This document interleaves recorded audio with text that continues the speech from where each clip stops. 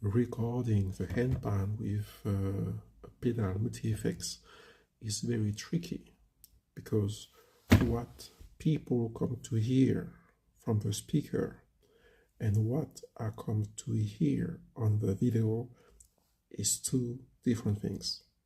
Here an example. Thank